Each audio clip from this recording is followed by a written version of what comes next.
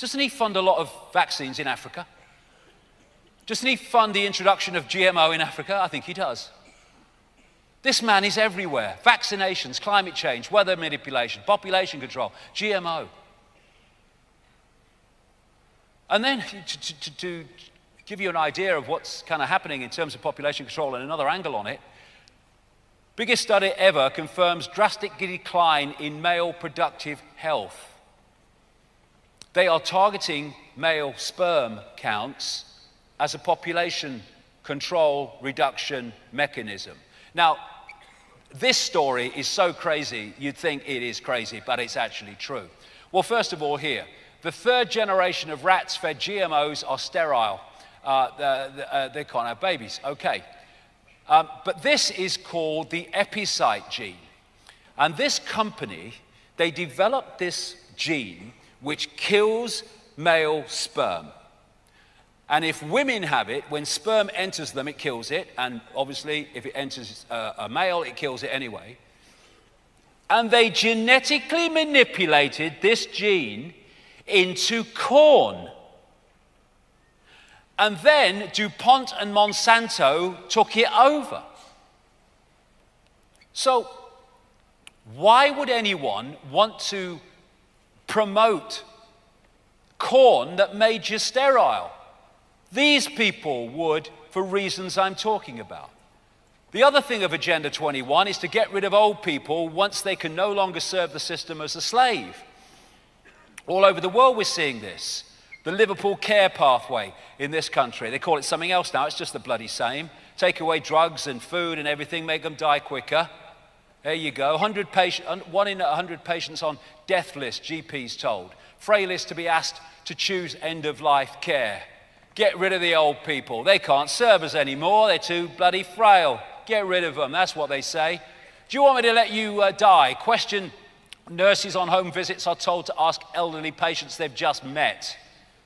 This is happening all over the place, and it's all into Agenda 21. And then there's the war zone called Planet Earth.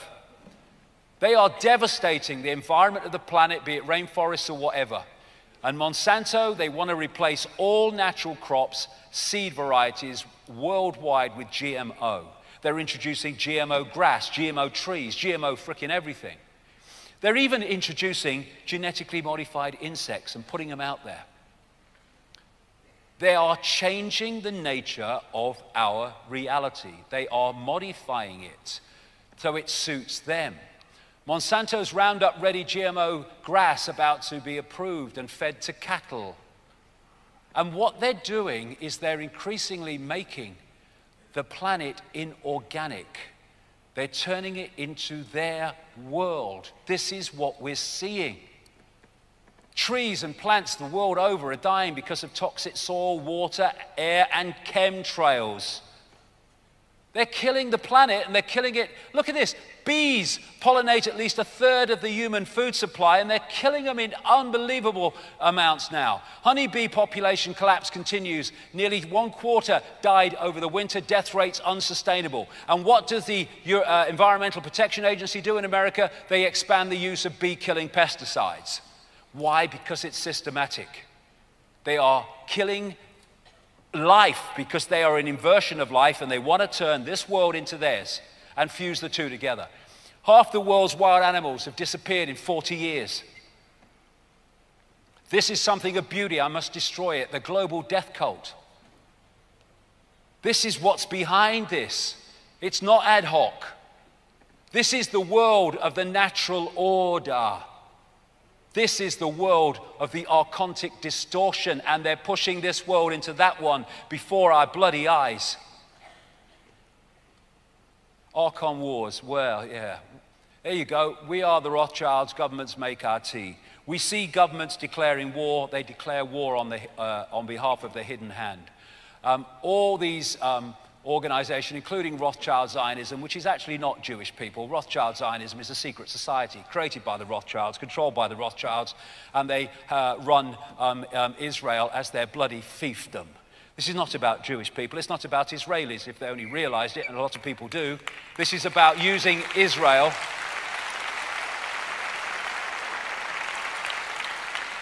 This is about using Israel and the Israeli people in general, though most of them don't know it, but some do, as just a tool to create mayhem in that part of the world. I mean, you know, the truth is, and this has come from people like Shlomo Shland, the professor of history at Tel Aviv University, what we call Jewish people, particularly what they call Ashkenazi Jewish people, they have no historical connection to Israel. They come from another people, not least they're from Caesarea around the Caucasus Mountains. All this story about going back home, it's a creation of the propaganda. Not by them, they bought the propaganda. They believe it, most of them, but the Rothschilds are behind the propaganda. The Balfour Declaration in 1917, which said that the British Empire supported a homeland for Jewish people in Israel, Palestine as it was called, was a letter to Lord Rothschild, who funded the Round Table Secret Society, from Lord Balfour of the government, who was an inner circle member of the Round Table Secret Society. It was a letter between two members of the same secret society. And this systematic destruction of the Palestinian people was planned from the bloody start. And because, you know, we stand by and see the psychopathic mind do that to Gaza, and we have this genetic breakthrough for critics of Israel. You're not allowed to criticize Israel, or you're a racist, or you're this, or you're that, or the other. And organizations like the Anti-Defamation League, the ADL, which was a Rothschild creation to target anyone getting too close to the truth about them and their networks, just brand anyone a frickin' racist if they challenge what Israel is doing. I don't give a shit. To learn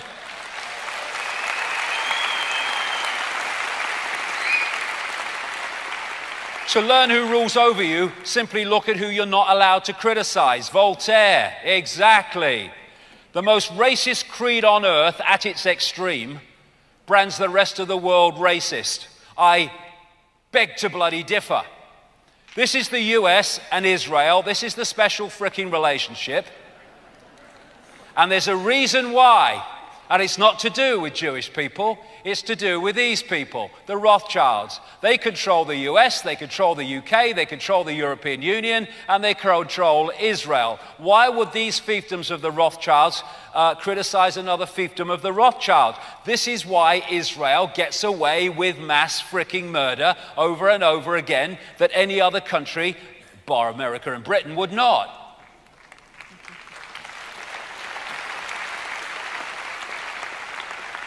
Now, what the American military have done is carve up the world into commands, the arrogance of it.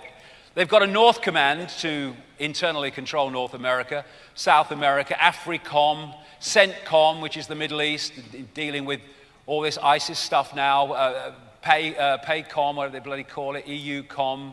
But actually, that's not the American military. The American military is merely a tool of the global network.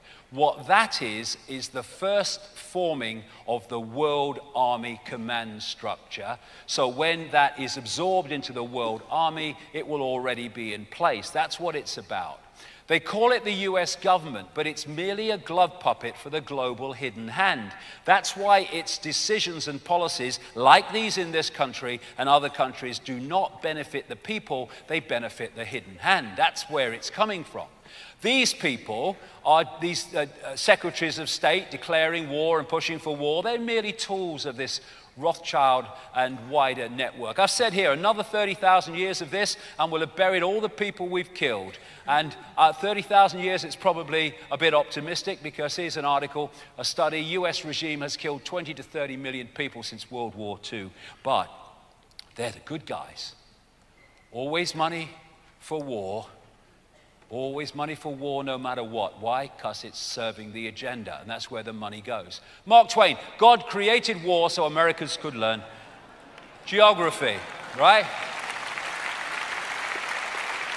Here we go. Afghanistan, Iraq, Libya, Syria.